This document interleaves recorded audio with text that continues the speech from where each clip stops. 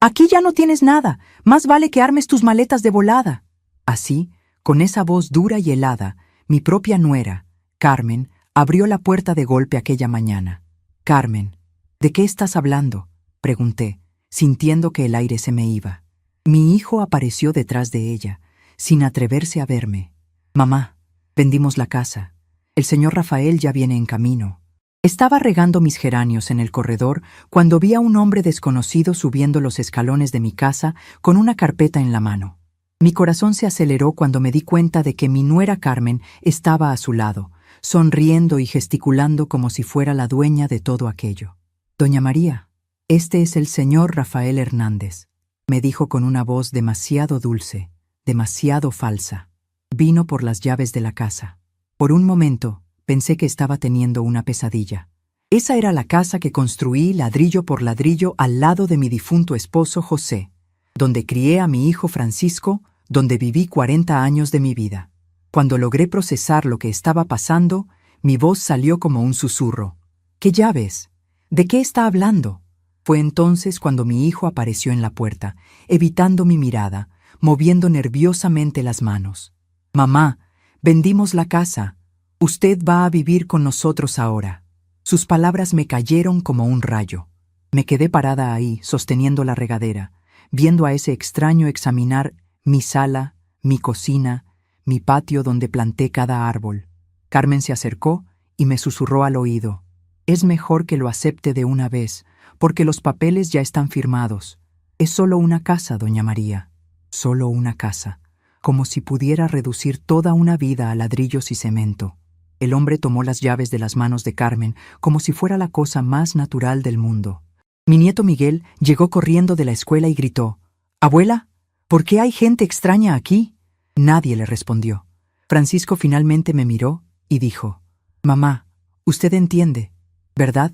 Necesitamos el dinero.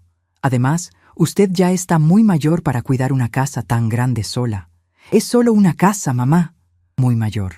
Las palabras resonaron en mi mente mientras veía a Rafael Hernández examinando cada cuarto de la casa donde construí todos mis sueños. Me senté en la mecedora del corredor, esa que José me había hecho con sus propias manos hace 30 años, y observé cómo ese extraño caminaba por mi hogar como si ya fuera suyo. Carmen le mostraba los closets, le explicaba el funcionamiento de la lavadora, le señalaba las goteras que necesitaban reparación. Hablaba de mi casa con tanta familiaridad que cualquiera pensaría que había vivido aquí toda su vida, cuando en realidad solo venía los domingos para las comidas familiares, siempre quejándose de algo, que hacía mucho calor, que los muebles eran muy viejos, que el baño necesitaba remodelación.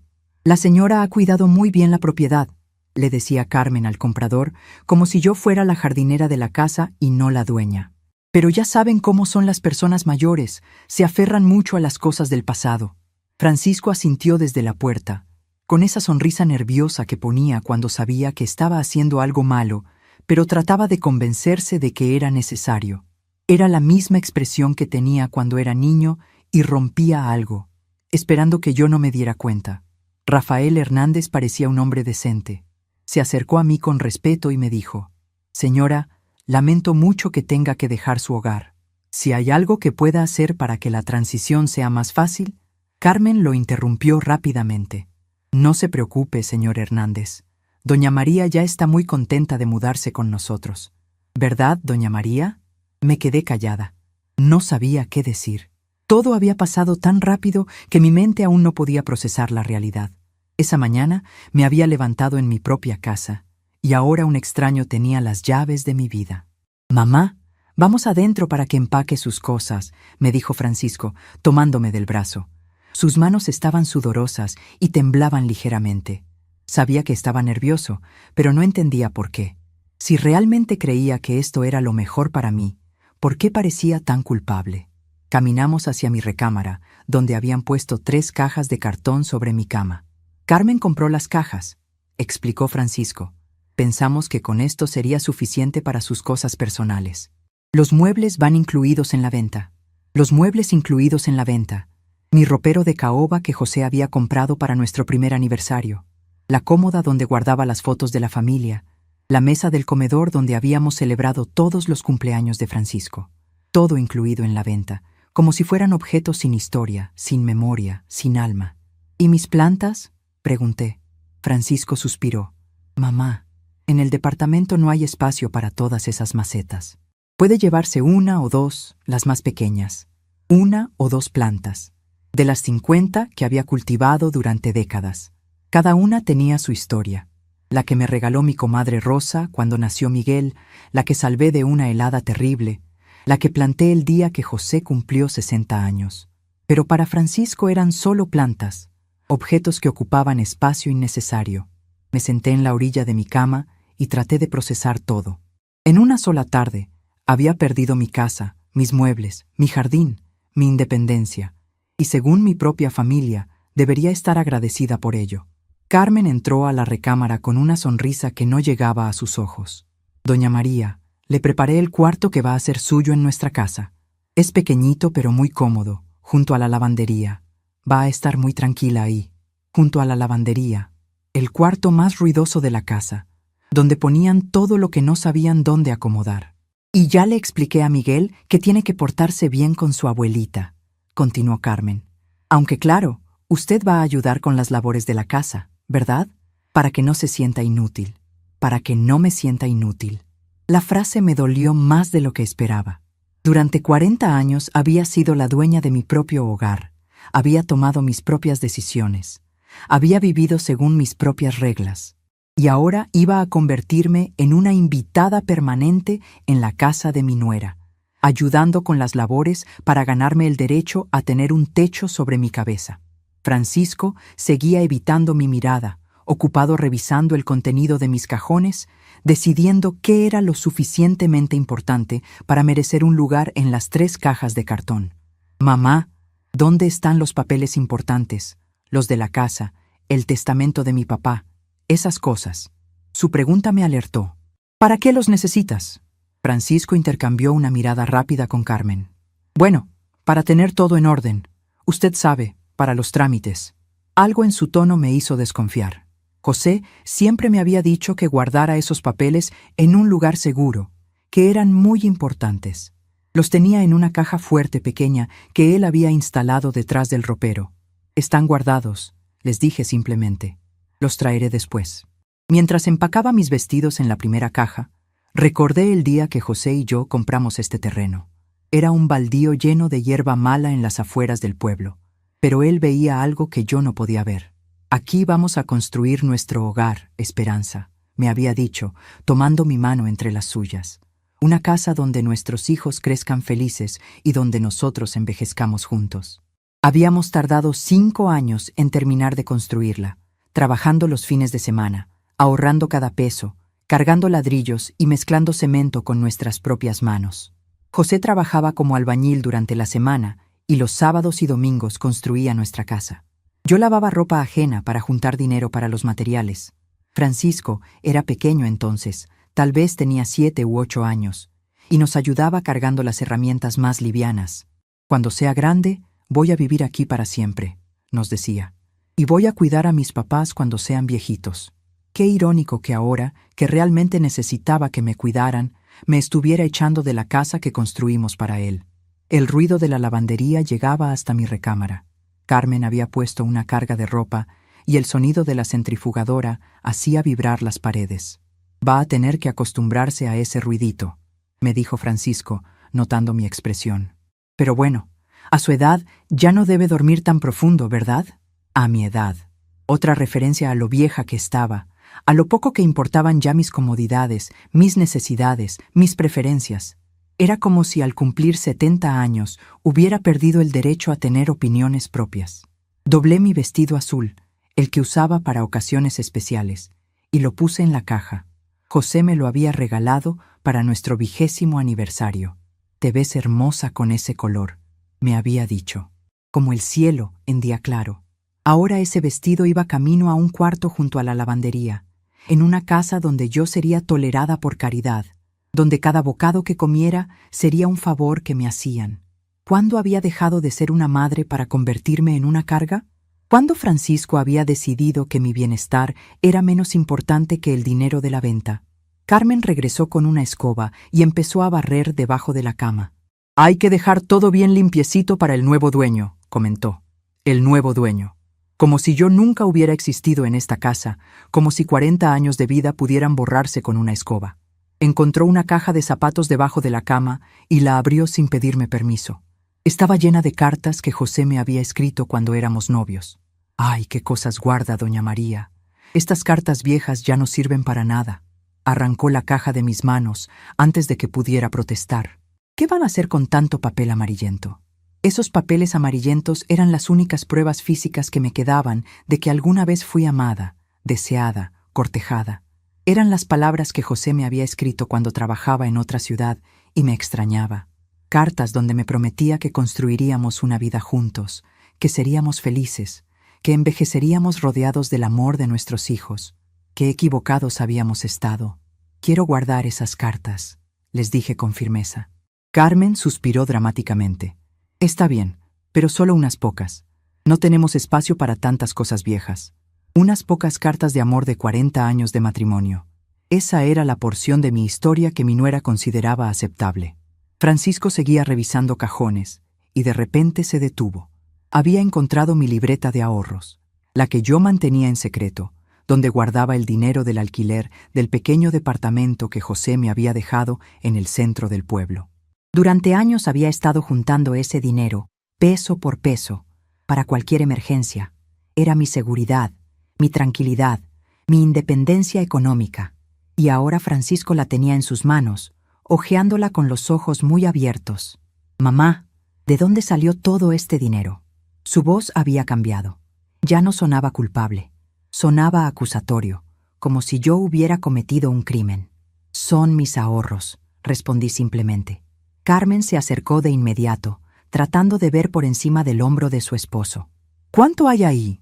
Francisco siguió pasando las hojas de la libreta. «Hay más de 300,000 pesos aquí, mamá.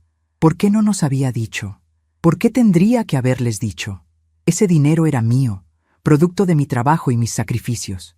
Pero la mirada en los ojos de Carmen me dijo todo lo que necesitaba saber. Ya estaba calculando cómo gastar ese dinero. Ya estaba planeando en qué iban a invertir mis ahorros.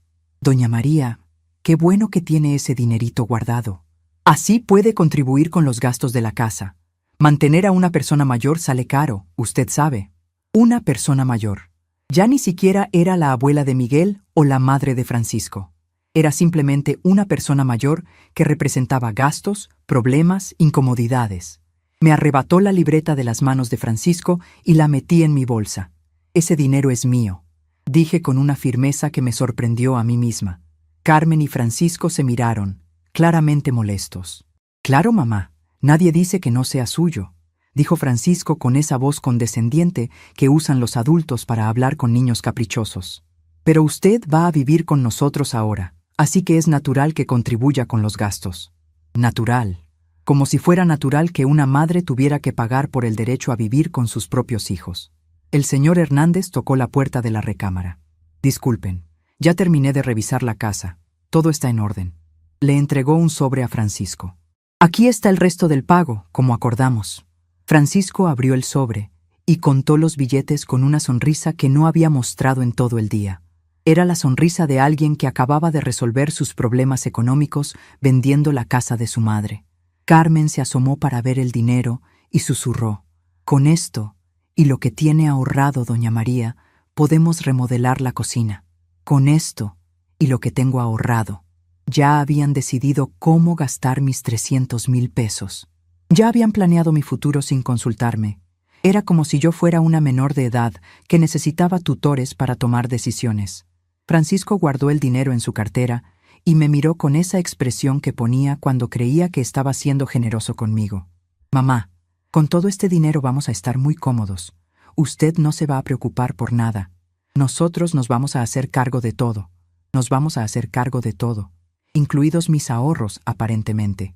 Me quedé sentada en la orilla de mi cama, viendo cómo estos dos extraños planeaban mi vida como si yo no estuviera presente. El señor Hernández se acercó a mí y me dijo en voz baja: «Señora, si necesita ayuda con algo, aquí tiene mi tarjeta». Carmen lo interrumpió inmediatamente. «No se preocupe, señor Hernández. Doña María va a estar muy bien cuidada con nosotros. Pero algo en la mirada del hombre me dijo que él había notado lo mismo que yo, que esta no era una situación normal, que algo estaba muy mal. Cuando terminé de empacar mis 3 cajas de cartón, me senté en la mecedora del corredor por última vez. Miguel había llegado de la escuela y estaba jugando en el patio, ajeno a lo que estaba pasando. Era mi nieto. Lo amaba con todo mi corazón, pero hasta él había heredado la actitud desdeñosa de sus padres hacia las personas mayores. La semana pasada le había pedido que me ayudara a alcanzar un libro del librero alto, y me había respondido: «Ay, abuela, ¿por qué no le pides a alguien más joven? Alguien más joven», como si yo fuera tan inútil que no mereciera su ayuda. Francisco cargó mis cajas al coche. 3 cajas de cartón. Esa era toda mi vida, según él. 40 años de recuerdos, fotografías, objetos queridos, cartas de amor, reducidos a 3 cajas que cabían en la cajuela de un auto. Carmen supervisaba la operación con esa eficiencia que demostraba cuando organizaba las cosas de la casa. Era buena organizando cuando se trataba de deshacerse de las cosas de otros. «Ya está todo, doña María. ¿No se le olvida nada importante?» Sí, se me olvidaba algo importante. Se me olvidaba mi dignidad, que había quedado regada por toda la casa junto con las hojas secas de mis plantas. Se me olvidaba mi independencia, que había muerto en el momento en que vi a ese extraño con las llaves de mi hogar. Se me olvidaba mi derecho a ser tratada como un ser humano, con sentimientos, con memoria, con historia. Pero esas cosas no cabían en cajas de cartón, así que supuse que tendría que dejarlas atrás. Subí al coche sin mirar hacia atrás. Si volteaba a ver mi casa una vez más, sabía que me iba a quebrar por completo, y no podía permitir que Francisco y Carmen me vieran llorar. Eso sería darles demasiada satisfacción. Durante el trayecto hacia su casa, Carmen no dejaba de hablar de lo bien que la íbamos a pasar todas juntas, de lo útil que iba a ser tener una abuela en casa para cuidar a Miguel, de lo feliz que se pondría José si pudiera vernos a todas viviendo en armonía. José, mi difunto esposo, que había trabajado como animal durante 40 años para construir esa casa que acababa de perder. José, que me había prometido que siempre tendría un hogar. José, que había confiado en que Francisco cuidaría de mí cuando él ya no estuviera. ¿Qué pensaría si supiera que su hijo había vendido la casa que construimos juntos para comprar la felicidad de su esposa? ¿Qué diría si supiera que su nieto me consideraba demasiado vieja para merecerle un favor? Llegamos a la casa de Francisco. Era bonita, moderna, con jardín bien cuidado y cochera para 2 autos. La habían comprado con un crédito del banco cuando se casaron, y yo había sido la que les dio el enganche. 20,000 pesos de mis ahorros para que mi hijo pudiera tener una casa digna para su familia. Ahora esa casa iba a ser mi hogar, mi refugio, mi prisión. Carmen me mostró mi cuarto con orgullo, como si me estuviera haciendo el favor más grande del mundo. Era efectivamente pequeño, con una cama individual, un buró viejo y un espejo con manchas de humedad, junto a la pared compartida con la lavandería. ¿Le gusta, doña María? Puse sábanas limpiecitas y todo. Le gusta. Como si tuviera opción, como si pudiera decir que no me gustaba y buscar alternativas. Esa era mi realidad ahora, agradecer las migajas de comodidad que me daban en mi propia familia. Francisco puso las 3 cajas en una esquina del cuarto. «Mañana puede organizar sus cosas, mamá. Ahora vamos a cenar. Vamos a cenar. La primera cena en mi nueva vida, donde yo sería la invitada permanente. Pero lo que ellos no sabían, lo que no habían considerado en todos sus planes perfectos para disponer de mi vida, era que yo tenía más recursos de los que imaginaban. Y sobre todo, tenían más fuerza de la que ellos creían. Esa noche, acostada en esa cama extraña, escuchando el ruido constante de la lavandería, tomé la decisión más importante de mis 72 años de vida. No iba a ser víctima de la ambición de mi propia familia. No iba a permitir que me trataran como un objeto descartable. Y definitivamente, no iba a entregar mis ahorros para financiar los caprichos de Carmen. Al día siguiente, mientras ellos dormían, iba a empezar a cambiar las reglas del juego. Porque resulta que ser vieja no significaba ser estúpida, y definitivamente no significaba ser indefensa. Francisco y Carmen habían cometido el error más grande de sus vidas. Habían subestimado a María Esperanza Morales, y ahora iban a descubrir exactamente quién era yo realmente. La primera noche en casa de Francisco fue la más larga de mi vida.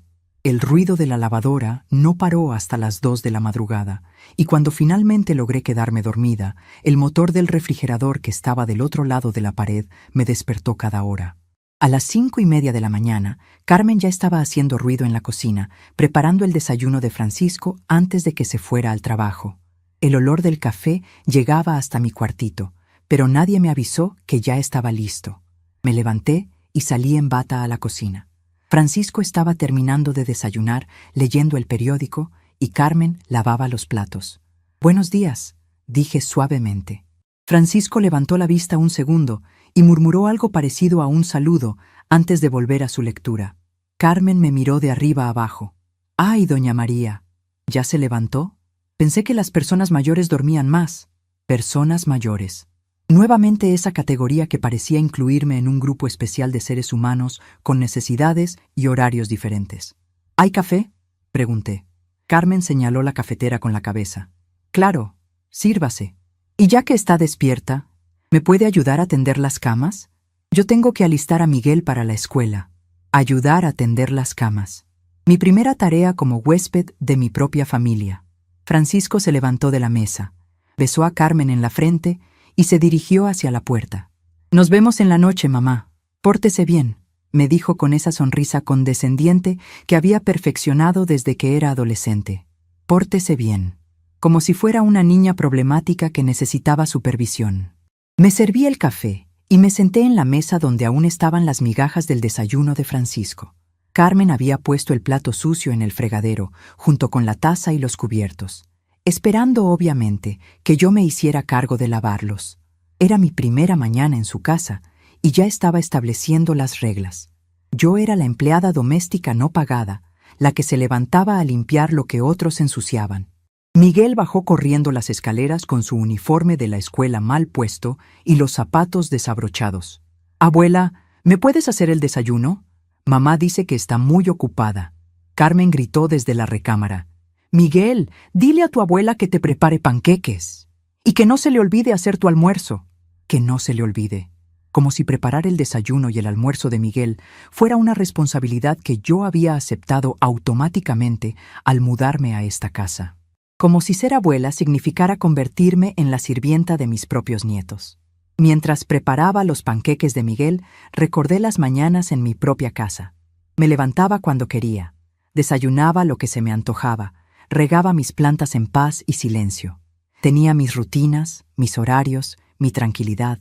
Ahora mi día empezaba a las 5:30 con ruidos ajenos, y a las 7 ya tenía una lista de tareas que cumplir para ganarme el derecho a seguir viviendo aquí. Miguel comió sus panqueques en silencio, revisando algo en su tablet. «Gracias, abuela», murmuró sin levantar la vista. Carmen bajó corriendo, maquillándose mientras caminaba. «¿Ya está listo el almuerzo de Miguel?», revisó la lonchera que yo había preparado con la eficiencia de una supervisora. Está bien. Miguel, vámonos que llegamos tarde». Se dirigieron hacia la puerta sin despedirse. Miguel se detuvo en el último momento y me gritó. «Abuela, cuando regrese de la escuela, ¿me puedes ayudar con la tarea?». Otra tarea más en mi lista del día. Otra responsabilidad que nadie me había consultado si quería asumir. Cuando se fueron, me quedé sola en la cocina con los platos sucios del desayuno. La casa estaba en silencio por primera vez desde que había llegado. Me senté en la mesa y miré a mi alrededor. Esta cocina era bonita, moderna, con electrodomésticos nuevos y alacenas de madera. Francisco y Carmen habían logrado tener una vida cómoda. El problema era que ahora yo formaba parte de esa vida como la empleada doméstica de la familia, no como la matriarca respetada que debería ser a mi edad. Empecé a lavar los platos y mis pensamientos volaron hacia mi propia cocina.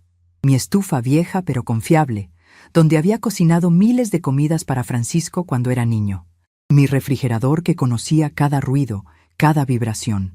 Mi alacena donde guardaba las especias en frascos que José me había traído de sus viajes de trabajo. Todo eso ahora le pertenecía al señor Rafael Hernández, que probablemente cambiaría todo para adaptar la casa a sus propios gustos. Mis 40 años de historia doméstica borrados de un plumazo. Después de lavar los platos, Carmen había dejado una lista sobre la mesa. «Pendientes para doña María», decía el encabezado. como si yo fuera su empleada y ella mi jefa. La lista incluía aspirar la sala, limpiar los baños, preparar la comida, planchar la ropa de Francisco y tener lista la merienda de Miguel para cuando regresara de la escuela. Una jornada laboral completa sin sueldo, sin días de descanso, sin derecho a opinar sobre las condiciones de trabajo. Tomé la lista y la arrugué. Luego la desarrugué y la volví a leer. ¿Cuándo había aceptado yo este acuerdo? ¿Cuándo había firmado un contrato donde a cambio de un techo sobre mi cabeza tenía que convertirme en la sirvienta de mi propia familia? Francisco me había dicho que iba a vivir con ellos, no que iba a trabajar para ellos. Pero aparentemente en la mente de Carmen, las dos cosas eran sinónimos cuando se trataba de personas mayores sin hogar propio. Subí a mi cuartito y saqué la caja de zapatos donde guardaba las cartas de José. Carmen había tenido razón en una cosa.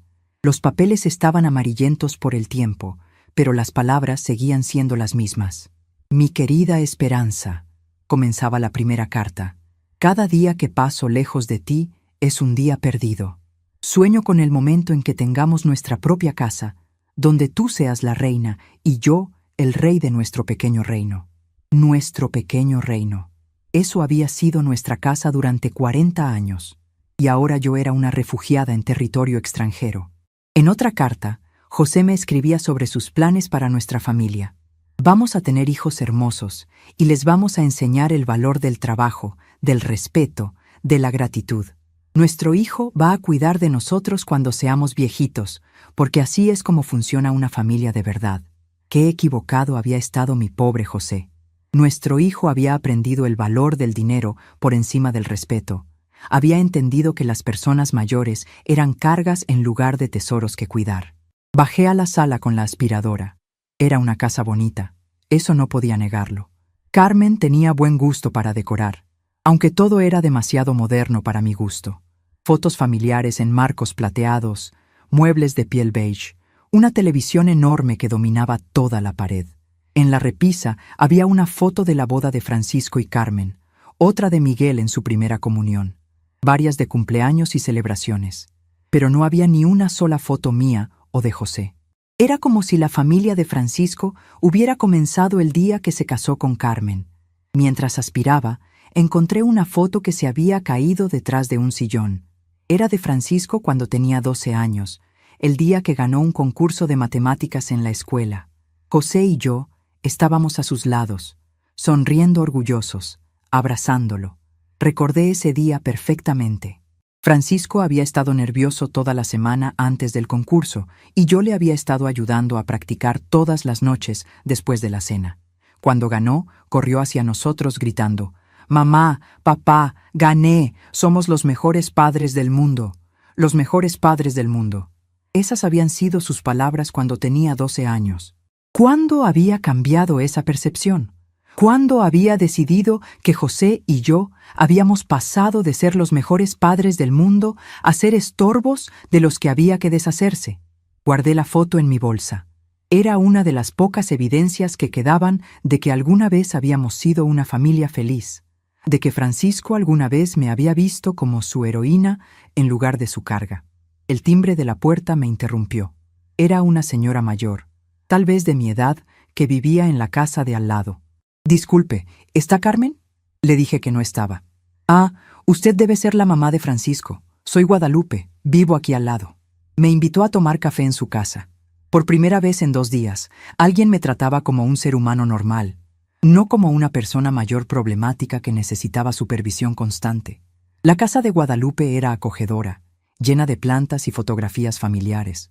Nos sentamos en su cocina y me sirvió café en tazas de porcelana china. «¿Cómo está adaptándose a vivir con su hijo?», me preguntó. La pregunta era simple, pero la respuesta era tan complicada que no sabía por dónde empezar. «Es diferente», le dije finalmente. Guadalupe asintió con comprensión. «Los hijos de ahora no son como los de antes, ¿verdad? Mi hija también quiso que me fuera a vivir con ella cuando murió mi esposo». «¿Y se fue?», pregunté. Guadalupe sonrió. «Por 3 meses. Los 3 meses más miserables de mi vida. Me tenían como sirvienta, cuidando a los nietos todo el día, cocinando, limpiando. Un día mi hija me dijo que era muy afortunada de que la cuidaran, que muchas personas de mi edad estaban solas en asilos. Se quedó callada un momento. Esa misma noche me regresé a mi casa. Mi hija se enojó mucho. Dijo que era una malagradecida, que cómo podía rechazar su ayuda. Pero yo prefiero estar sola en mi propia casa que acompañada en una casa donde no soy bienvenida. Sus palabras me pegaron como una cachetada de realidad. Sola en su propia casa. Yo ya no tenía esa opción, ¿verdad? Francisco había vendido mi casa. Yo no tenía a dónde regresar. El problema, continuó Guadalupe, es que los hijos se creen con derecho a tomar decisiones por nosotros cuando llegamos a cierta edad. Como si cumplir 70 años nos convirtiera automáticamente en niños que necesitan tutores. Exactamente. Esa era la sensación que había tenido desde que llegué a casa de Francisco. Había pasado de ser una adulta independiente a ser una menor de edad bajo tutela. Regresé a la casa de Francisco con la mente más clara. Guadalupe me había regalado algo invaluable. La perspectiva de alguien que había pasado por lo mismo y había encontrado una salida. Terminé las tareas de la lista de Carmen con eficiencia mecánica, pero por primera vez desde que había llegado, no me sentía resignada. Me sentía como alguien que estaba planeando su próximo movimiento. Carmen llegó al mediodía con bolsas de mandado. ¿Ya terminó todo lo de la lista, doña María? Revisó la casa con ojo crítico, buscando algo que criticar. Está bien, aunque mañana le voy a enseñar cómo me gusta que planchen las camisas de Francisco. Usted las plancha un poquito diferente. Un poquito diferente. 40 años planchando las camisas de José y Francisco. Y ahora resulta que lo había estado haciendo mal todo este tiempo porque no seguía los estándares de calidad de Carmen. Miguel llegó de la escuela gritando: «Abuela, ¿ya está lista mi merienda?». Le había preparado quesadillas, que eran su comida favorita cuando era más pequeño. «Ay, abuela, ya no me gustan las quesadillas. ¿No hay galletas?». No había galletas porque Carmen no había puesto galletas en su lista de mandado, pero aparentemente esa era mi culpa también. «Mamá siempre tiene galletas para cuando llego de la escuela», se quejó Miguel. «Mamá siempre tiene galletas». Como si yo fuera un reemplazo defectuoso de su madre, no su abuela que trataba de consentirlo. «Miguel, ayúdame con la tarea», le dije, tratando de cambiar el tema. «No puedo, abuela. Mamá dice que los niños de mi edad necesitan ayuda de personas que entiendan las matemáticas modernas». Matemáticas modernas. Las tablas de multiplicar que yo le había enseñado a su padre aparentemente ya no servían para la nueva generación. Carmen había logrado convencer hasta a Miguel de que yo era demasiado vieja, demasiado desactualizada para ser útil en su educación. Francisco llegó del trabajo de mal humor. «¿Qué hay de cena?», fue lo primero que dijo. Carmen señaló hacia la estufa. Su mamá hizo pollo guisado. Su mamá. Ya no era mi mamá cuando se dirigía a Francisco.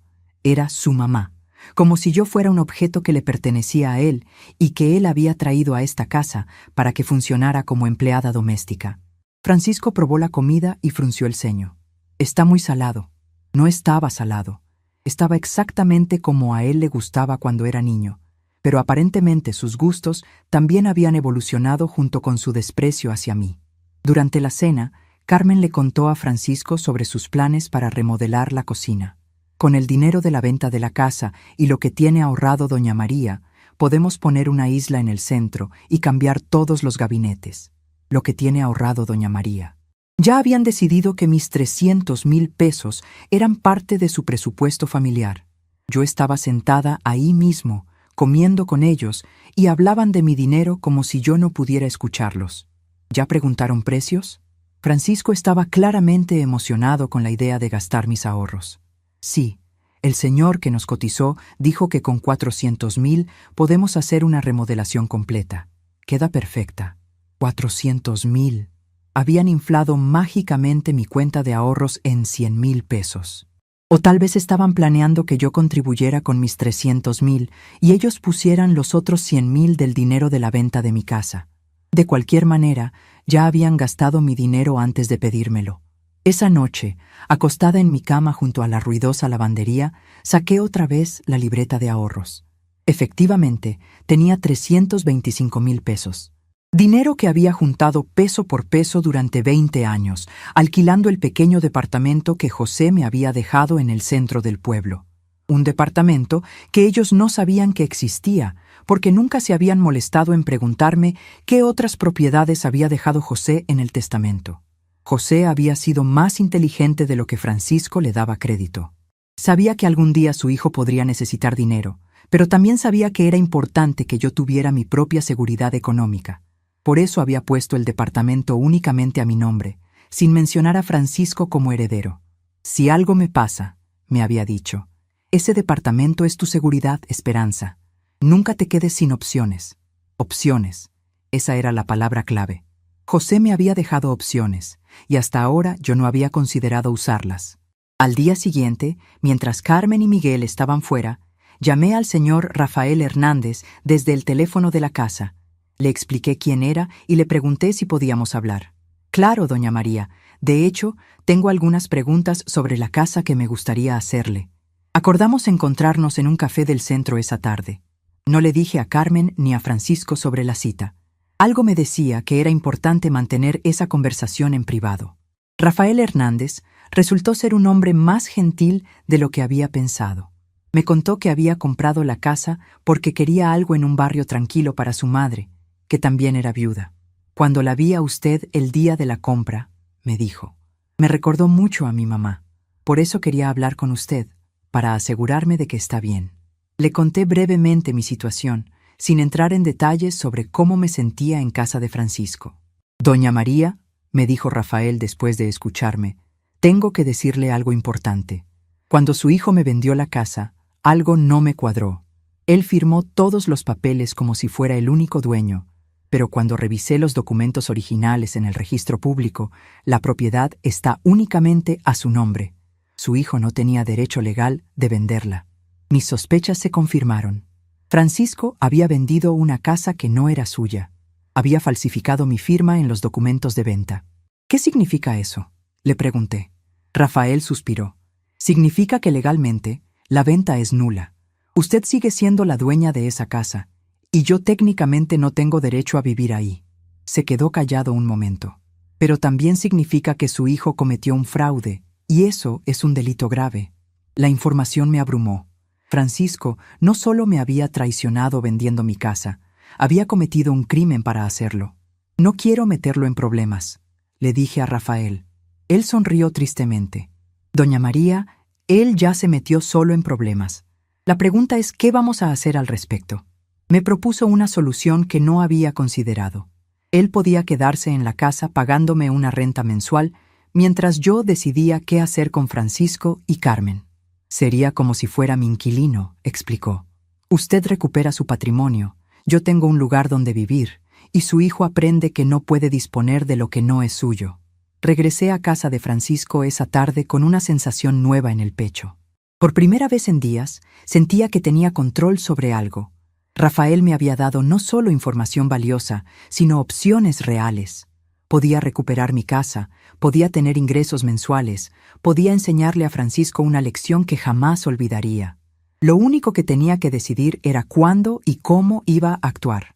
Carmen me recibió en la puerta con una sonrisa falsa. ¿Dónde había andado, doña María? La estuve buscando para que me ayudara con unas cosas. Ayudar con unas cosas. El eufemismo que usaba para decir que quería que trabajara gratis en su casa. Fui al centro, le dije simplemente. No era mentira, y tampoco era toda la verdad. Carmen frunció el ceño. ¿Al centro? ¿Para qué? Como si necesitara su permiso para salir de la casa. Como si fuera una adolescente que tenía que reportar todos sus movimientos. A caminar, le respondí. Técnicamente cierto. Había caminado varias cuadras desde la parada del autobús hasta el café donde me encontré con Rafael. Carmen no parecía satisfecha con la respuesta, pero no insistió. Bueno, mañana sí necesito que se quede porque vienen unos señores a dar presupuesto para la remodelación de la cocina. Presupuesto para la remodelación. Con mi dinero, por supuesto. Esa noche, Francisco llegó más tarde de lo normal. Había estado bebiendo, lo cual no era común en él. Se sentó en la mesa de la cocina con una cerveza y me miró con esa expresión que ponía cuando quería hablar de algo serio. Mamá, Carmen y yo hemos estado pensando. Usted tiene todo ese dinero ahorrado y nosotros tenemos gastos importantes. Ahí venía la petición formal, el momento en que me iban a pedir oficialmente que financiara su remodelación. ¿Qué tipo de gastos?, pregunté, aunque sabía perfectamente la respuesta. Francisco tomó un trago de cerveza. La cocina está muy vieja, mamá. Necesitamos modernizarla, y Miguel va a necesitar dinero para sus actividades escolares el próximo año. Gastos importantes. Una remodelación de cocina y las actividades escolares de Miguel. Como si esas fueran emergencias que justificaran usar los ahorros de toda mi vida. Francisco, le dije con cuidado, ese dinero es mi seguridad. Es todo lo que tengo. Él suspiró impaciente. Mamá, usted ya no necesita seguridad. Vive aquí con nosotros. Nosotros nos hacemos cargo de todo. Su dinero está mejor invertido en mejorar la casa donde vive ahora, donde vivo ahora. Como si esta casa fuera mi hogar permanente, como si hubiera renunciado para siempre al derecho de tomar mis propias decisiones sobre mi futuro. Déjeme pensarlo, le dije. Francisco sonrió, interpretando mi respuesta como una victoria. Por supuesto, mamá. Tómese su tiempo, pero recuerde que entre más pronto empecemos la remodelación, más pronto vamos a estar todos más cómodos. Todos más cómodos. Con mi dinero financiando su comodidad, mientras yo seguía durmiendo en el cuarto junto a la lavandería, trabajando como empleada doméstica sin sueldo. Esa madrugada, mientras escuchaba el ruido familiar de la lavadora, tomé la decisión final. Francisco y Carmen habían cruzado todas las líneas posibles. Habían vendido mi casa ilegalmente, habían planeado gastar mis ahorros sin consultarme, me habían convertido en su sirvienta y ahora me pedían que les agradeciera por el privilegio de ser explotada por mi propia familia. Pero se habían olvidado de algo importante. Yo también sabía jugar sucio cuando era necesario.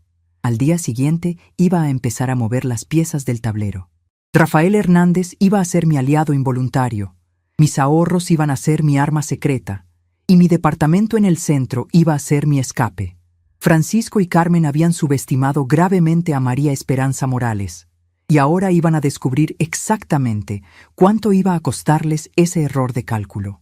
A las 5 de la madrugada, cuando toda la casa dormía, me levanté con una claridad mental que no había sentido en semanas. Me puse mi vestido azul, el que José me había regalado para nuestro 20º aniversario, y salí silenciosamente de la casa. El sol apenas comenzaba a salir, y las calles estaban vacías.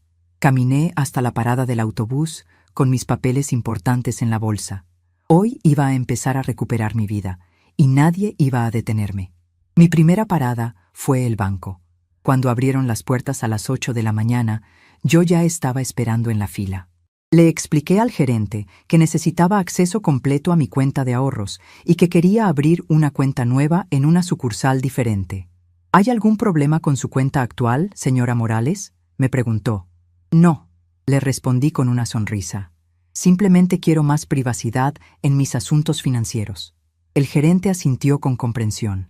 Las personas de mi edad a menudo tenían que protegerse de familiares ambiciosos. Transferí 200,000 pesos a la nueva cuenta y dejé solo 125,000 en la cuenta original.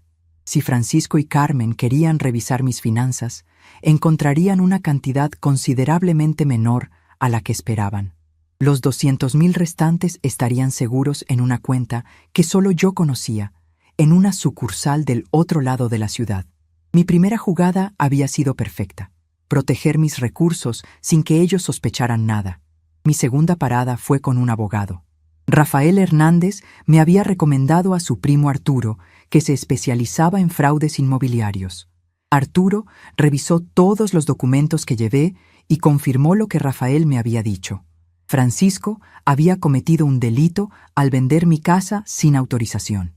Señora Morales, me dijo Arturo, usted tiene varias opciones. Puede anular la venta, demandar a su hijo por fraude o llegar a un acuerdo privado. ¿Qué prefiere? La pregunta era compleja. ¿Qué tan lejos estaba dispuesta a llegar para enseñarle una lección a Francisco? No quiero meter a mi hijo en la cárcel, le expliqué a Arturo, pero tampoco puedo permitir que crea que puede disponer de mi patrimonio como si fuera suyo. Arturo sonrió. Era un hombre mayor. Probablemente había visto muchos casos como el mío. Entiendo perfectamente. Le propongo algo. Hacemos un acuerdo donde su hijo reconoce que la venta fue inválida, usted recupera la propiedad de la casa y el señor Hernández se convierte en su inquilino pagando una renta mensual.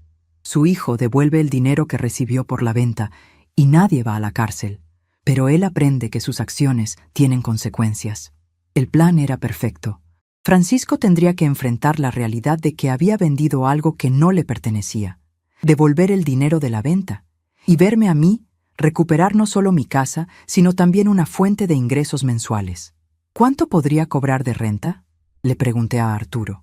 Una casa como la suya, en esa zona, fácilmente vale 5,000 pesos mensuales. Pero considerando las circunstancias especiales, podríamos empezar con 4,000 pesos mensuales. Más dinero del que Francisco ganaba en su trabajo de vendedor. Mi tercera parada fue en la oficina de bienes raíces donde trabajaba mi inquilino del departamento del centro. Don Luis llevaba alquilándome ese departamento durante 15 años, siempre puntual con sus pagos. Cuando le expliqué que necesitaba recuperar el departamento, se mostró comprensivo. «Señora María, ¿hay algún problema familiar?» Don Luis me conocía lo suficiente como para adivinar que algo no estaba bien. «Digamos que necesito mi independencia de vuelta», le respondí.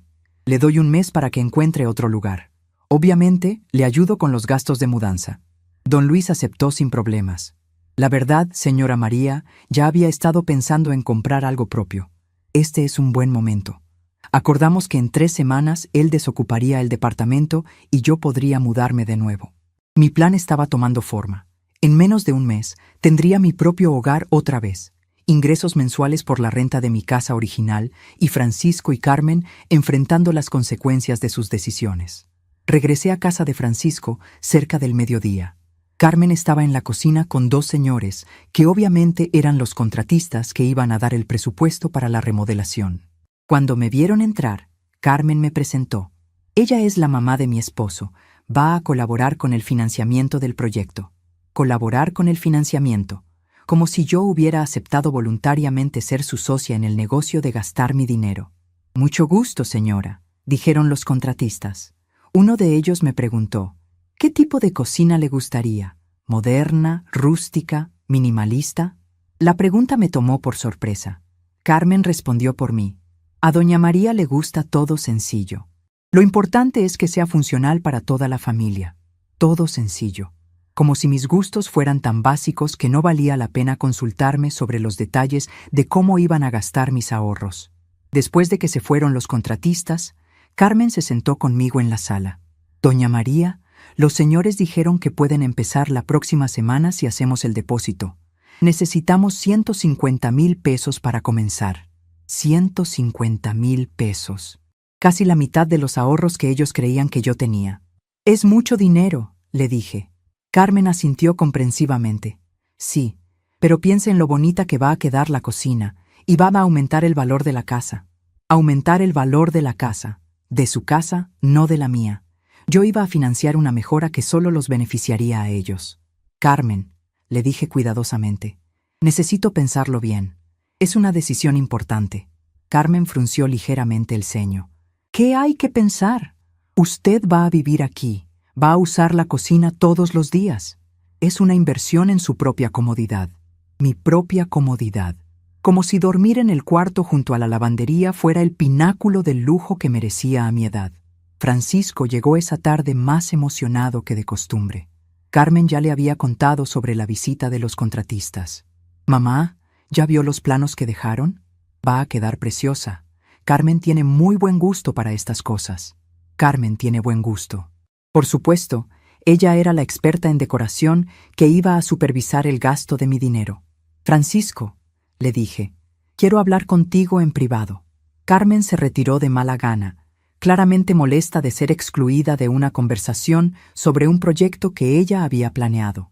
Nos sentamos en el patio trasero, lejos de los oídos de Carmen. «Hijo», comencé, «he estado pensando mucho sobre todo lo que ha pasado últimamente». Francisco se tensó inmediatamente. «¿A qué te refieres?» Sabía perfectamente a qué me refería, pero quería que yo pusiera las cartas sobre la mesa primero. A la venta de la casa, a mi mudanza aquí, a los planes para gastar mis ahorros. Francisco suspiró, como si estuviera cansado de discutir el tema. Mamá, pensé que ya habíamos aclarado todo eso. Usted está mejor aquí con nosotros, y el dinero está mejor invertido en mejoras para la casa donde vive ahora, donde vivo ahora. Otra vez esa frase que reducía mi existencia a ser una huésped permanente en territorio ajeno. Francisco, ¿tú firmaste los papeles de la venta? La pregunta lo puso nervioso inmediatamente. Claro que sí, mamá. Alguien tenía que firmar. Y usted, bueno, usted no estaba en condiciones de tomar esa decisión. No estaba en condiciones, como si fuera una anciana senil incapaz de manejar mis propios asuntos. ¿Y no pensaste que era importante preguntarme antes de vender mi casa? Francisco se levantó, claramente agitado. Mamá, no empecemos otra vez con esto. La decisión ya está tomada. La casa ya se vendió. No hay vuelta atrás. No hay vuelta atrás. Esas fueron sus palabras exactas. Qué irónico que pronto iba a descubrir que sí había vuelta atrás, y que esa vuelta atrás iba a ser muy costosa para él. Esa noche, mientras cenábamos, Miguel me preguntó algo que me rompió el corazón. Abuela, ¿por qué vendiste tu casa? Mi amigo Rodrigo dice que solo las personas pobres venden sus casas. Carmen lo calló inmediatamente. Miguel, no hagas preguntas tontas. Tu abuela vendió la casa porque ya estaba muy grande para ella sola. Miguel insistió. ¿Pero por qué no podíamos ir a visitarte en tu casa como antes? Me gustaba tu jardín. A Miguel le gustaba mi jardín. Mi nieto de 8 años entendía algo que sus padres habían decidido ignorar, que mi casa era especial, que tenía valor sentimental, que representaba algo más que metros cuadrados de propiedad vendible. Miguel, le dije suavemente, a veces los adultos toman decisiones que creen que son correctas, pero que en realidad lastiman a las personas que aman. Francisco me lanzó una mirada de advertencia, pero yo continué. Tu abuela está aprendiendo a adaptarse, pero eso no significa que esté feliz con todo lo que ha pasado. Carmen cambió el tema abruptamente. Miguel, cuéntale a tu abuela sobre el proyecto de ciencias que tienes que hacer. Miguel se animó inmediatamente. Era un niño inteligente, y cuando hablaba de sus estudios, recordaba al Francisco niño que había sido mi orgullo. Tengo que hacer una maqueta del sistema solar, abuela. ¿Me puedes ayudar? La petición me emocionó. Finalmente, algo en lo que mi edad y experiencia eran vistas como recursos valiosos en lugar de obstáculos. Después de la cena, Miguel y yo nos sentamos en la mesa del comedor a planear su proyecto. Mientras dibujábamos los planetas en papel, me contó cosas de la escuela, de sus amigos, de sus sueños. Abuela, me dijo en un momento, ¿es cierto que cuando eras joven no había televisión? Le expliqué cómo era el mundo cuando yo tenía su edad, y vi en sus ojos la misma fascinación que Francisco había mostrado cuando era niño. En algún momento de los últimos 30 años, Francisco había perdido esa capacidad de asombro, esa curiosidad por las historias de sus mayores. Al día siguiente, mientras Carmen estaba en el trabajo y Miguel en la escuela, recibí una llamada de Arturo, el abogado. Señora Morales, ya está listo el documento legal. ¿Cuándo quiere que se lo entregue a su hijo? La pregunta me paralizó momentáneamente. Una vez que Francisco recibiera esos papeles, ya no habría vuelta atrás en nuestra relación. Él sabría que yo había descubierto su fraude, que había tomado medidas legales, que ya no era la anciana indefensa que él creía poder manipular. Arturo, le dije, quiero que se los entregue mañana por la tarde, cuando esté en su trabajo. Que sus compañeros vean cómo llegó un abogado a buscarlo, que sienta la vergüenza pública de enfrentar las consecuencias de sus actos. Arturo se rió suavemente. Señora Morales, me gusta su estilo. Mañana a las 3 de la tarde estoy en su oficina. Perfecto. Francisco iba a tener el susto de su vida cuando viera llegar a un abogado con documentos que demostraban su fraude. Esa tarde, Carmen llegó con más catálogos de cocinas. Doña María, encontré unos diseños hermosos. ¿Ya decidió sobre el financiamiento? La insistencia en el tema me confirmó que habían dado por hecho que yo iba a pagar la remodelación. Carmen, he estado pensando, y creo que es mejor esperar un poco antes de hacer una inversión tan grande. Carmen se veía confundida. ¿Esperar? ¿Por qué? Los señores dijeron que si no apartamos la fecha, tenemos que esperar hasta el próximo mes. Porque 150,000 pesos es mucho dinero, y quiero estar segura de que es la mejor decisión. Carmen se sentó a mi lado con esa paciencia forzada que usaba cuando trataba de explicarme algo que consideraba obvio. Doña María, usted va a vivir aquí por el resto de su vida. Esta inversión va a beneficiar a toda la familia, incluyéndola a usted, por el resto de mi vida. La frase que encerraba toda su estrategia. Convencerme de que este era mi destino final, que ya no tenía opciones, que lo mejor que podía hacer era financiar mi propia comodidad en su casa. Carmen, le dije con una calma que me sorprendió a mí misma, el dinero es mío, y voy a decidir cuándo y cómo gastarlo. Por primera vez desde que había llegado a esta casa, vi un destello de enojo real en los ojos de Carmen. Por supuesto que el dinero es suyo, doña María. Nadie está diciendo lo contrario. Pero también creí que usted entendía que ahora formamos una familia, y en las familias se comparten los recursos. Compartir los recursos. El eufemismo perfecto para justificar el robo legal de mis ahorros. Esa noche, Francisco llegó de muy mal humor. Carmen ya le había contado sobre mi negativa a financiar inmediatamente la remodelación. Mamá, Carmen me dice que no quiere cooperar con la cocina. ¿Qué está pasando? Su tono era acusatorio, como si yo fuera una niña rebelde que se estaba portando mal. Francisco, solo quiero tomarme mi tiempo para pensar las cosas. Francisco se sirvió una cerveza y se sentó frente a mí con esa expresión que ponía cuando se preparaba para una confrontación. Mamá, no entiendo cuál es el problema. Usted va a vivir aquí, va a usar la cocina, va a beneficiarse de las mejoras. ¿Por qué está poniendo obstáculos? Obstáculos. Querer control sobre mis propios ahorros era poner obstáculos a sus planes. Además, continuó Francisco, con lo que costó mantener su casa vieja, este dinero está mejor invertido aquí. Por lo menos aquí se va a ver el beneficio. Mantener mi casa vieja. Como si 40 años de historia familiar fueran simplemente un gasto innecesario que había que eliminar. Francisco, le dije levantándome de la mesa, mañana vas a entender muchas cosas que hoy no entiendes. Dejé la frase en el aire y me fui a mi cuarto. Francisco se quedó sentado, claramente confundido por mi respuesta críptica, pero demasiado enojado como para seguir preguntando. Carmen murmuró algo sobre personas mayores siendo tercas, pero no pude escuchar todo lo que dijo. En mi cuarto, saqué una hoja de papel y escribí una carta que tenía planeada desde hacía días. Francisco y Carmen, escribí, para cuando lean esto, yo ya no voy a estar viviendo en esta casa. Descubrí algunas cosas sobre la venta de mi casa que me obligaron a tomar medidas legales. Un abogado se va a contactar con ustedes para explicarles la situación. No tomen esto como un acto de venganza, sino como una lección sobre las consecuencias de tomar decisiones sobre la vida de otras personas sin consultarles. María Esperanza. Guardé la carta en un sobre y la puse dentro de mi bolsa. Mañana, después de que Arturo visitara a Francisco en su trabajo, yo iba a desaparecer de esta casa tan silenciosamente como había llegado. Pero a diferencia de cuando llegué, ahora yo tenía el control de la situación. Tenía opciones, tenía recursos, tenía un plan. Francisco y Carmen habían jugado conmigo pensando que era una anciana indefensa. Mañana iban a descubrir exactamente quién era María Esperanza Morales cuando decidía luchar por su dignidad. Esa madrugada, mientras escuchaba por última vez el ruido de la lavandería, repasé mentalmente todos los movimientos que había hecho en los últimos días.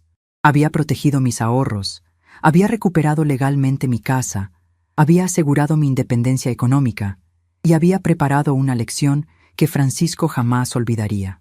En unas pocas horas, la dinámica de poder en esta familia iba a cambiar para siempre. A las 6 de la mañana, cuando Carmen empezó a hacer ruido en la cocina preparando el desayuno de Francisco, yo ya estaba completamente vestida y lista. Me puse mi vestido azul otra vez. Empaqué mis pocas pertenencias en una maleta pequeña y guardé los documentos importantes en mi bolsa. Las 3 cajas de cartón se quedaban. Todo lo que estaba en ellas eran objetos que podía reemplazar. Lo que me llevaba era mucho más valioso. Mi dignidad recuperada, mi independencia restaurada y el conocimiento de que nunca más iba a permitir que nadie decidiera por mí cómo vivir mi vida. Cuando Francisco y Carmen se fueran al trabajo y Miguel a la escuela, yo iba a salir de esta casa por la puerta principal, con la cabeza en alto, como la dueña de mi propio destino que había vuelto a ser. La mujer que había construido una casa con sus propias manos no iba a permitir que nadie la convirtiera en una refugiada en su propia familia. María Esperanza Morales había vuelto, y esta vez venía preparada para la guerra. A las 9 de la mañana, cuando la casa finalmente quedó vacía, tomé mi maleta pequeña y caminé hacia la puerta principal. Por primera vez en semanas, salía de esa casa sin tener que explicarle a nadie a dónde iba ni cuándo regresaría. La sensación de libertad era tan intensa que por un momento me detuve en el umbral, respirando el aire fresco de la mañana. María Esperanza Morales se iba de esta casa como había llegado, con dignidad, pero esta vez por decisión propia. Dejé la carta sobre la mesa del comedor, exactamente donde Carmen ponía sus listas diarias de tareas para mí. Había cierta justicia poética en usar ese mismo lugar para mi despedida. Al lado de la carta dejé las llaves que Carmen me había dado para que me sintiera como en casa. Qué irónico que las llaves que supuestamente me daban pertenencia fueran en realidad símbolos de mi prisión. Ahora las devolvía como la primera declaración de mi independencia recuperada. El taxi que había llamado me esperaba afuera.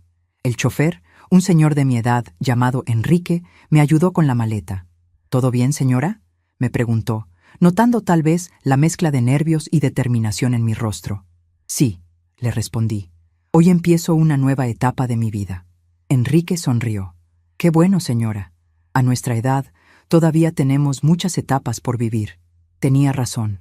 Francisco y Carmen habían cometido el error de asumir que a los 72 años yo ya no tenía más capítulos que escribir. Mientras el taxi se alejaba de la casa de Francisco, me permití sentir una mezcla de tristeza y liberación. Tristeza porque mi relación con mi hijo nunca volvería a ser la misma, pero liberación porque ya no iba a vivir sometida a la caridad condescendiente de mi propia familia. El departamento del centro me esperaba, limpio y vacío, listo para ser mi hogar otra vez. Don Luis había sido eficiente con la mudanza, y las llaves me estaban esperando en la inmobiliaria tal como habíamos acordado. Cuando abrí la puerta del departamento, el silencio me recibió como un abrazo. No era el silencio opresivo de la soledad, sino el silencio elegido de la paz. Mis pasos resonaban en los pisos de madera que José había instalado hace tantos años.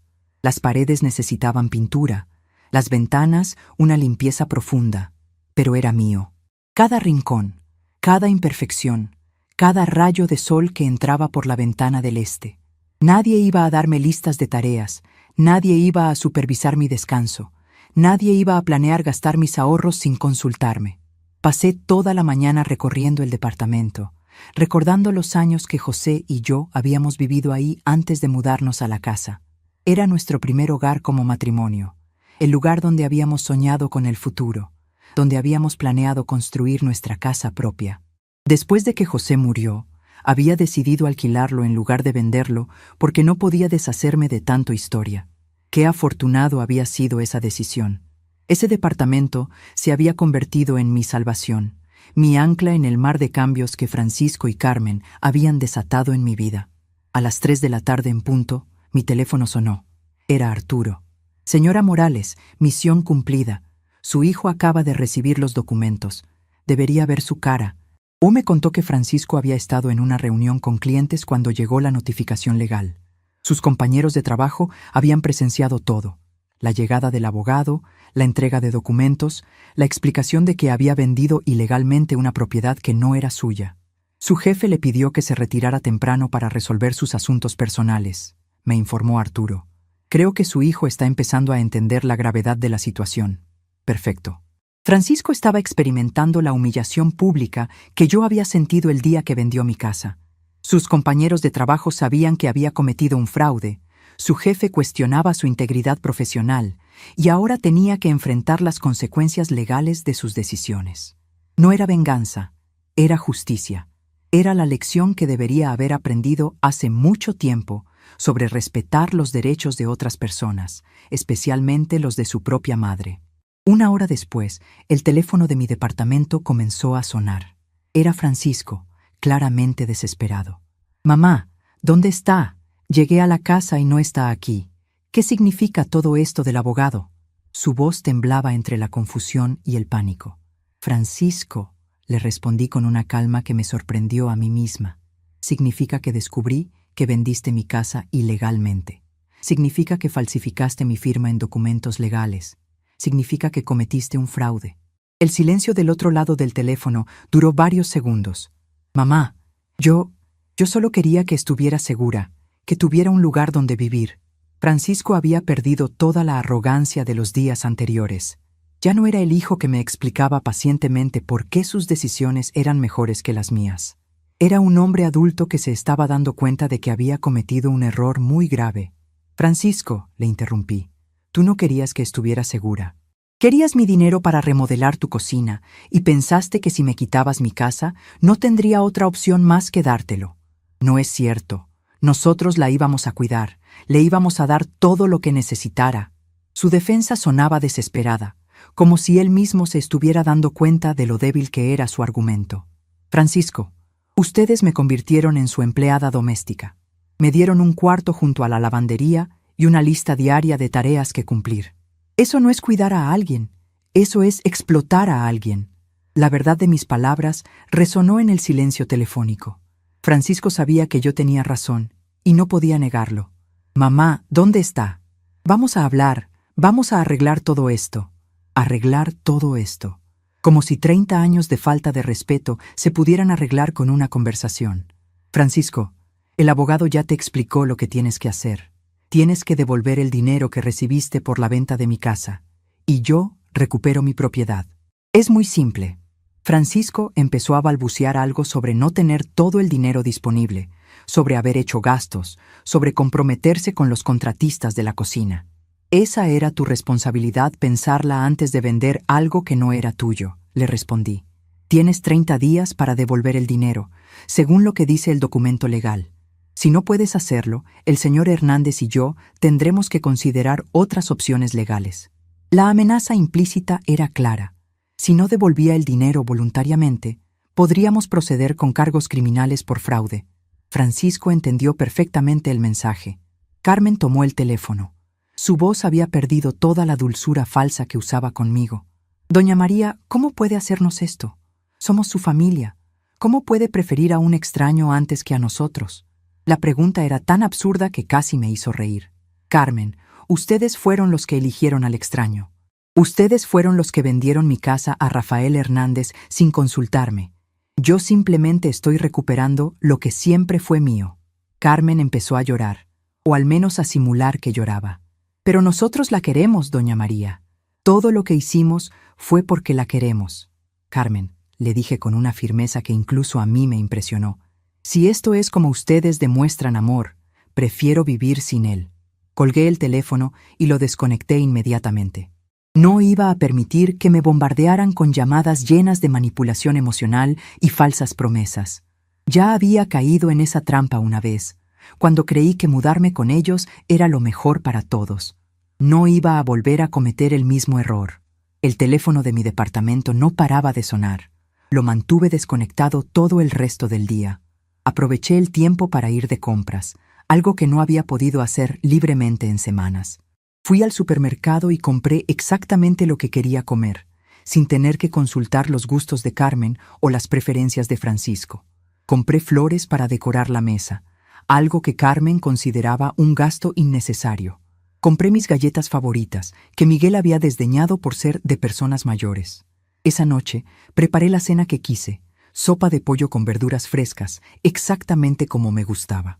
Comí en silencio, viendo el atardecer desde mi ventana, saboreando cada cucharada de mi libertad recuperada.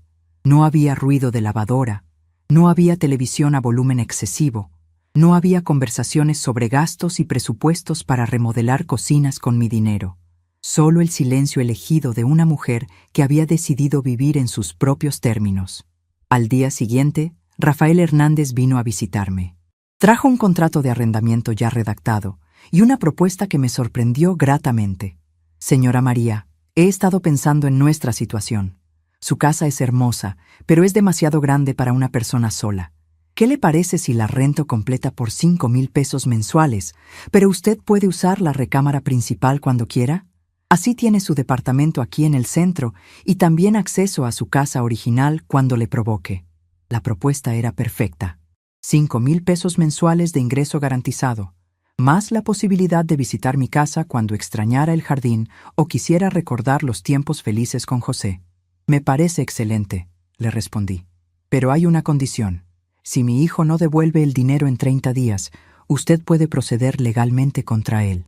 Rafael asintió. Era un hombre de negocios. Entendía que los contratos tenían que cumplirse. Por cierto, me dijo Rafael antes de irse, ayer en la tarde llegó su hijo a la casa preguntando por usted. Estaba muy alterado. Le expliqué que usted ya no vivía ahí y que ahora yo era el inquilino legal. Creo que finalmente entendió que había perdido tanto la casa como a su madre. Las palabras de Rafael me confirmaron que Francisco estaba empezando a dimensionar las consecuencias reales de sus acciones. Ya no era solo un problema legal o financiero, era la pérdida de su relación conmigo. 3 días después, Miguel apareció en la puerta de mi departamento. Carmen lo había llevado, pero se quedó esperando en el coche. Miguel había estado llorando, era obvio. Abuela, ¿por qué te fuiste? Mamá dice que estás enojada con nosotros. La pregunta me partió el corazón. Miguel era inocente en toda esta situación, pero inevitablemente iba a sufrir las consecuencias de las decisiones de sus padres. Miguel, le dije arrodillándome para quedar a su altura, no estoy enojada contigo. Nunca podría estar enojada contigo. Entonces, ¿por qué no vives con nosotros? Mamá dice que preferiste vivir sola que con tu familia. Las palabras eran claramente de Carmen, pero salían de la boca de mi nieto. Miguel, a veces los adultos toman decisiones que lastiman a otras personas. Tus papás tomaron decisiones sobre mi vida sin preguntarme, y eso me dolió mucho. Miguel me abrazó con fuerza. Abuela, ¿ya no me vas a ayudar con mis tareas? La pregunta me hizo sonreír a pesar de todo. Claro que sí, mi amor. Puedes venir a visitarme cuando quieras. Miguel se quedó 1 hora conmigo. Terminamos el proyecto del sistema solar que habíamos empezado en casa de Francisco. Mientras pegábamos los planetas en cartulina, me contó que sus papás habían estado discutiendo mucho en casa, que su mamá lloraba por las noches, que su papá llegaba tarde del trabajo y se encerraba en su cuarto. Los niños siempre son los primeros en sentir cuando una familia se está desmoronando, aunque no entiendan exactamente qué está pasando. Abuela, me dijo Miguel antes de irse, ¿tú y papá se van a volver a hablar algún día? La pregunta era imposible de responder honestamente. Miguel, tu papá tiene que aprender algunas cosas importantes sobre cómo tratar a las personas que ama. Cuando las aprenda, tal vez podamos volver a hablar. Miguel asintió con la seriedad que solo los niños pueden tener cuando tratan de entender el mundo de los adultos. Carmen no se bajó del coche cuando vino a recoger a Miguel. Me saludó con un movimiento de mano desde la distancia, pero su rostro mostraba una mezcla de vergüenza y resentimiento. Ya no era la mujer segura de sí misma que había planeado mi futuro sin consultarme. Era alguien que se estaba dando cuenta de que había subestimado gravemente a su adversario. Miguel me abrazó fuerte antes de irse. «Te amo, abuela», me susurró. «Yo también te amo, mi nieto hermoso», le respondí. 1 semana después, Francisco apareció solo en mi departamento. Se veía cansado, avejentado, como si la presión de los últimos días le hubiera añadido años encima. «Mamá, necesitamos hablar». Lo invité a pasar, pero no le ofrecí café. Esa pequeña cortesía tenía que ganársela de nuevo. Nos sentamos en la sala, y por primera vez en años, Francisco parecía genuinamente nervioso en mi presencia. «Mamá, lo siento. Sé que me equivoqué. Sé que no debería haber vendido la casa sin preguntarle. Era un inicio, pero no era suficiente. Francisco, no se trata solo de la casa. Se trata de cómo me trataron en su hogar. Se trata de cómo planearon gastar mis ahorros sin consultarme. Se trata de cómo me convirtieron en su empleada doméstica y después me dijeron que debería estar agradecida». Francisco agachó la cabeza. Sabía que yo tenía razón en cada punto. «Carmen dice que usted nunca va a perdonarnos», continuó Francisco. «Dice que prefiere quedarse sola que darnos una oportunidad de arreglar las cosas». Carmen había estado trabajando en la estrategia de manipulación emocional, usando a Francisco como mensajero. «Francisco», le respondí, «yo no elegí quedarme sola. Ustedes eligieron tratarme como si fuera una carga en lugar de tratarme como su madre. La diferencia entre estar sola y estar acompañada de gente que no me respeta es que estar sola es mucho mejor». Francisco se quedó callado por un momento largo. «¿Qué tengo que hacer para arreglar esto?». La pregunta era directa, sin rodeos. Tal vez finalmente estaba empezando a entender la gravedad de la situación.